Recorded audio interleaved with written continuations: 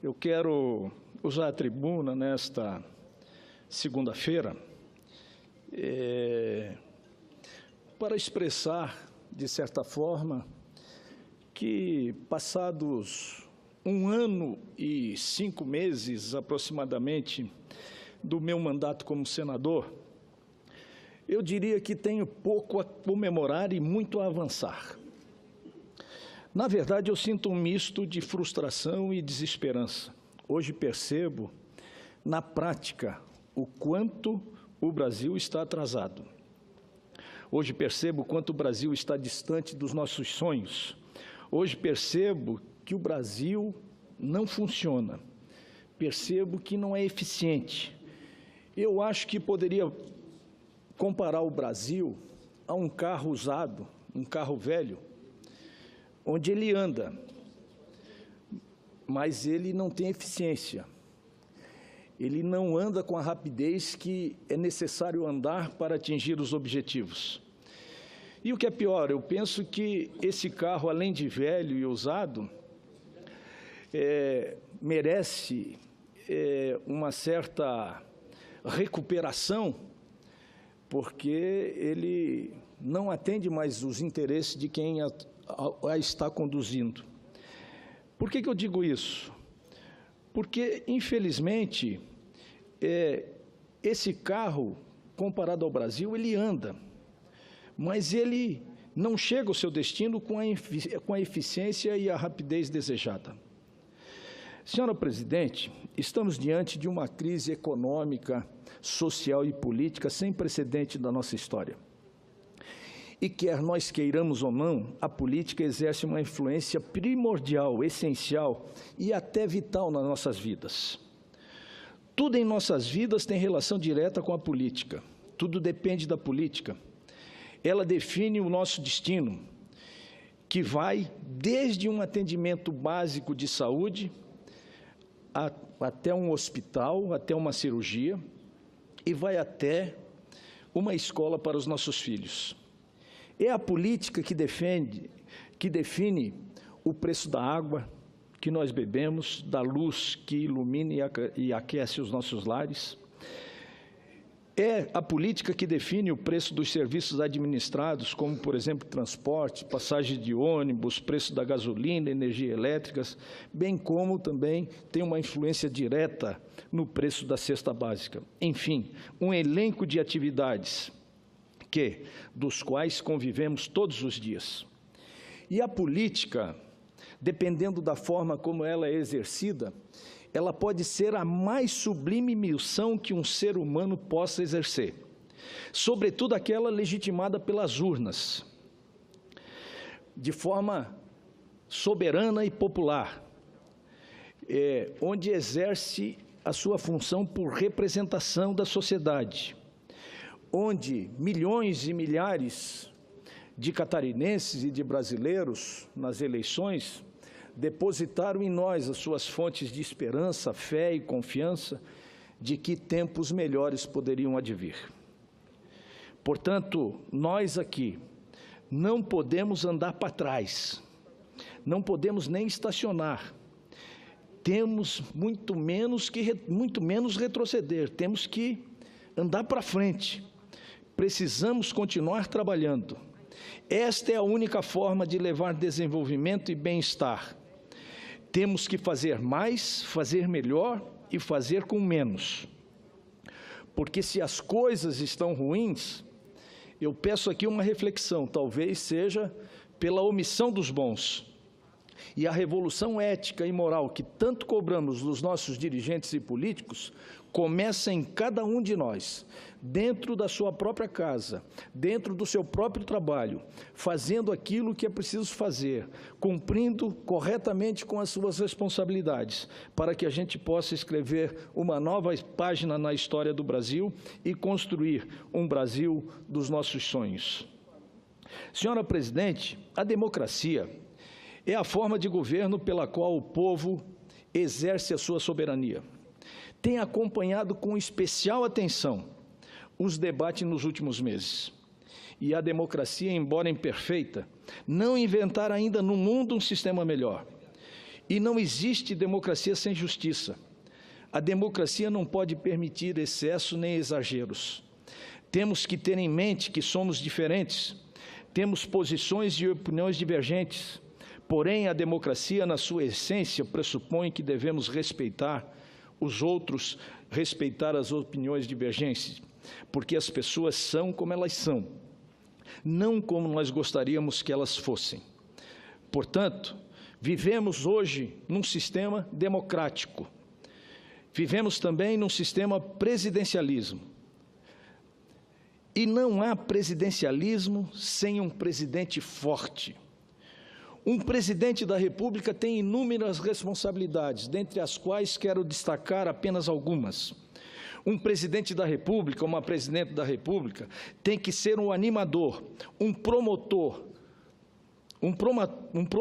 da construção de um novo tempo de realização e de trabalho.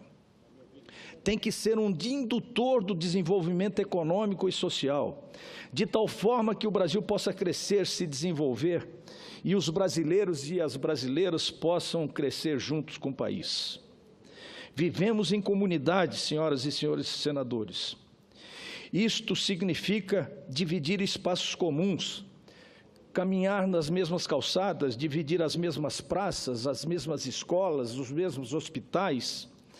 Significa direitos e oportunidades iguais, semelhantes, para que todos possam usufruir dos serviços públicos de qualidade. Para que possam participar também todos, de uma certa forma, da riqueza nacional. Construir, enfim, uma sociedade sem divisão, sem conflitos, onde ricos e pobres possam conviver de forma cooperativa, harmônica e participativa.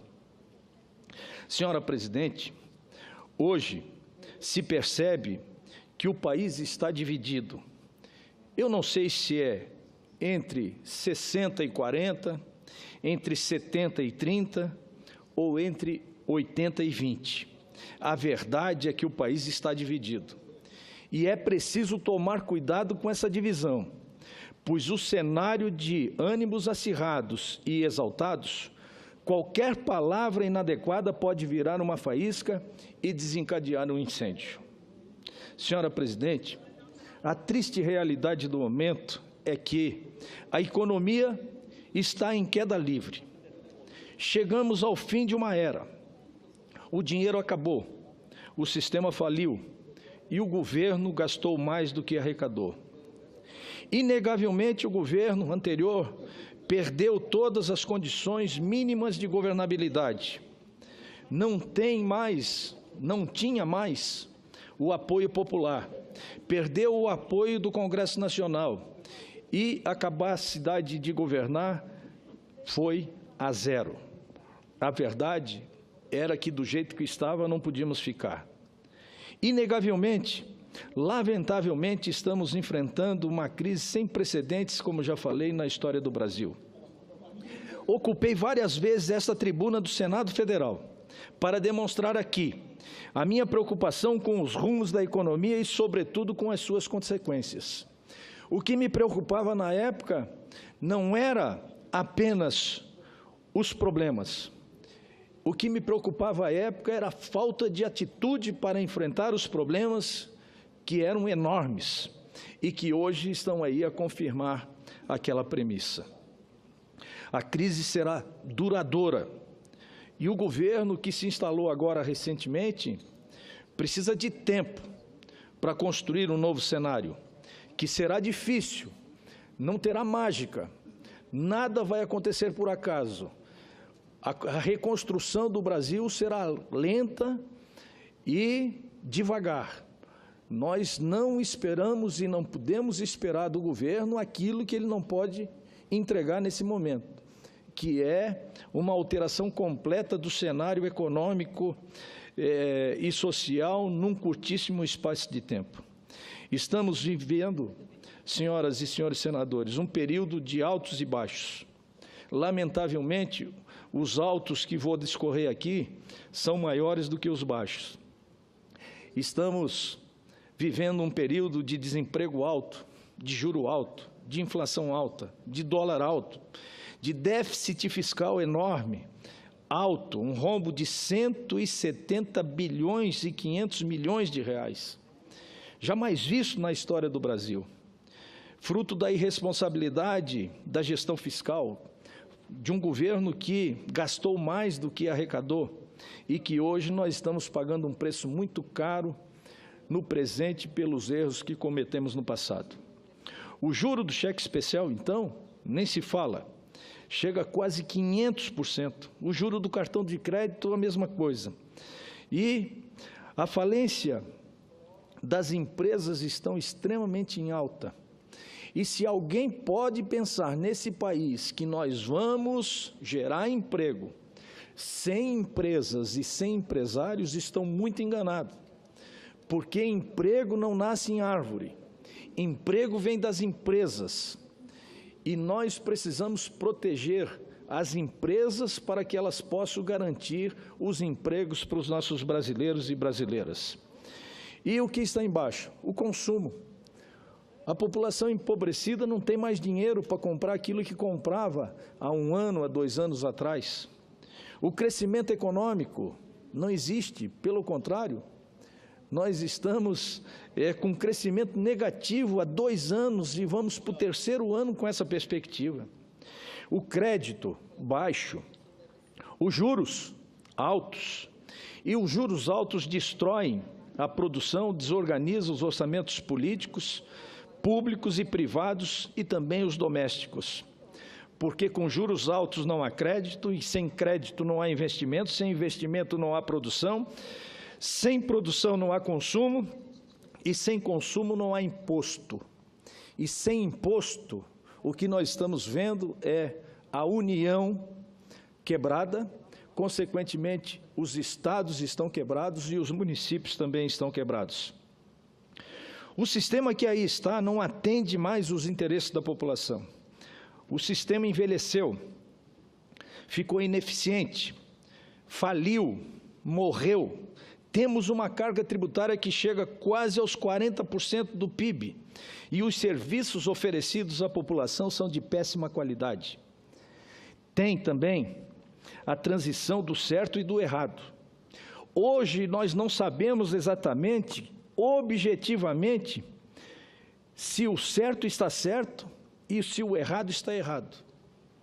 Lamentavelmente, nós temos que reconstruir esse país de forma a dar credibilidade às instituições para que os próprios servidores públicos possam ter a confiança em chancelar uma licença, seja ela de que tipo for. Como, por exemplo, a licença para a pesca da tainha lá em Santa Catarina, cuja temporada já está terminando e os pescadores não receberam a licença até agora. Eu pedi ao ministro da Agricultura e agora também da Pesca, que estabelecesse uma regra, senador Ricardo Ferraz, que estabelecesse uma regra para essas licenças, porque essas licenças sempre pairam dúvidas sobre elas. E quando não, operações da Polícia Federal sistematicamente fazem parte do dia a dia dessas licenças. Então, que o governo federal estabeleça as regras de forma clara, publique, e as pessoas e os pescadores que preencherem aqueles requisitos, eles possam tirar a sua licença, não aqui no Ministério, mas em casa, através do seu computador, que elimina daí a pessoalidade, vamos dizer assim, as dificuldades, porque são nesses momentos de dificuldades que nasce a corrupção, que nasce o jeitinho. Porque se a pessoa não consegue, de forma nenhuma, a licença para pescar tainha esse ano, e se ele já pescou a tainha em 2012, 2013, 2014, 2015, como é que nós, agentes públicos, vamos justificar para esse cidadão que em 2016 o governo, porque houve uma transição, porque houve uma operação aqui, uma operação ali, não concedeu a licença para que efetivamente ele pudesse exercer a sua atividade econômica, que é o de pescador, seja ele artesanal, seja ele de médio e pequeno porte, ou seja ele industrial. Então, é esse o país que nós estamos vivendo. Portanto, é muito lamentável ter que chegar a essa conclusão de que as coisas não funcionam. E nem 3 senadores, fomos lá em 3 senadores, eu, o senador Dalírio, e o senador Paulo Bauer, e há meses que eu tenho defendido essa questão das licenças da pesca da tainha e, infelizmente, ainda não foi resolvido. Mas será resolvido, sabe quando? Quando os pescadores invadiram o canal da Barra, do porto de Itajaí, paralisar as atividades pesqueiras, aí na pressão vai se montar uma equipe de crise aqui no Ministério para emitir, então, as licenças para que os pescadores de Santa Catarina possam exercer as suas atividades. Bem, esse é o país que nós estamos vivendo hoje. É um país que não avança, que não funciona, que só atrapalha. Se o país não atrapalhar a iniciativa privada, já está bom. Eles já estão satisfeitos, mas o pior é que existe uma interdependência forte e objetiva ainda do governo, do poder público, para que a atividade empresarial possa ser exercida e, lamentavelmente, a gente não vê luz no fim do túnel tão próximo. Portanto, uma reforma administrativa talvez seja a reforma da reforma. Nós já dissemos que a reforma política era a reforma das reformas. Agora vem a reforma da Previdência. Há quanto tempo que eu vejo falar em reforma e nós não reformamos nada? Pelo contrário, nós estamos piorando a qualidade dos serviços oferecidos para a população, que já se apresenta de forma indignada, revoltada, e que nós não sabemos exatamente aonde vamos parar. Além do mais, como é que um país pode sobreviver se o ano passado nós pagamos quase 1 trilhão de pagamento de juros e dos serviços da dívida? Mais precisamente, 960 bilhões de reais foram desembolsados do bolso do trabalhador brasileiro para pagar a dívida, para rolar a dívida e para pagar os juros da dívida. E o que é pior, 960 bilhões de reais foi desembolsado, eu volto a insistir, para pagar o serviço da dívida e os juros da dívida. Enquanto investimos em saúde, 10% disso, menos de 10% disso, 90 bilhões de reais em saúde e em educação. É por isso que o nosso povo, é por isso que as nossas crianças, quando precisam de atendimento médico, ficam nos corredores dos hospitais, das UPAs, e vão embora sem atendimento, porque nós estamos carreando todos os nossos recursos para uma atividade que merece uma auditoria pública. Não é possível que nós vamos continuar com esse cenário, onde só quem ganha é o capital especulativo financeiro. A saúde, a educação, e o que é pior, em estradas, no transporte, nós investimos 1% do que pagamos de juros e de rolagem da dívida. 1%, cerca de 9 bilhões de reais. É por isso que as estradas não se duplicam, é por isso que a infraestrutura é dramática, é por isso que o frete é muito caro, é por isso que, se a gente tiver que importar milho do Mato Grosso para levar para Santa Catarina, só o preço do frete é maior do que o preço do insumo, o preço da commodity, o que é um absurdo em função da logística, que nós estamos atrasados ainda cerca de 20, 30, 40, 50 anos. A BR-101 em Santa Catarina levou 30 anos para ser duplicada e ainda não está concluída, e fora as outras rodovias federais que precisam de duplicação e de investimento. Portanto, esse era um desabafo que eu queria fazer, porque eu não me conformo que passa o tempo e as coisas permaneçam como estão e não avançam. Então, resta aqui registrar a minha esperança no novo governo, que o novo governo possa implementar um plano de salvação nacional, que, diga-se de passagem, até agora ainda não percebi exatamente, na prática, uma mão forte, um presidente objetivo, que possa ser o condutor, que possa ser o animador de políticas públicas que venha trazer crescimento econômico e Santa Catarina. Só para concluir, senhora presidente, eu mencionei aqui no meu pronunciamento que um presidente da República, senador Waldir Raupp, evidente que ele tem infinitas atribuições, mas dentre das atribuições que ele tem que ser o animador, o indutor de implantação de políticas públicas capaz de levar o país ao crescimento econômico, gerando emprego, gerando oportunidade para todas e para todos, e diminuindo as desigualdades e as diferenças, construindo um país mais igual. E não existe presidencialismo sem um presidente forte. O presidente então, nós estamos mal parados, é o comandante natural de um processo que precisa ter, na figura do presidente da República, esse animador, esse promotor da construção do novo tempo. Essa é a nossa esperança, e eu tenho certeza que o atual presidente da República, senador Lindenberg, ele é um homem preparado, todos nós conhecemos. Ele tem história, ele tem currículo, ele tem capacidade. E eu quero aqui hipotecar o meu voto de confiança e, sobretudo, a minha esperança, porque eu tenho certeza que é a esperança de Vossa Excelência também. Embora da oposição, que agora as coisas se inverteram aqui no Senado Federal, as coisas se invertem numa lógica rápida, é até interessante, mas eu tenho certeza que o que Vossa Excelência deseja é o bem dos brasileiros e das brasileiras, na oposição ou na situação. E é o que nós desejamos agora para o presidente Temer, na esperança que ele possa dar conta de todo esse legado que ele acabou herdando para construir uma nova era, um novo Brasil. Muito obrigado, senhora presidente, era o que eu tinha a relatar.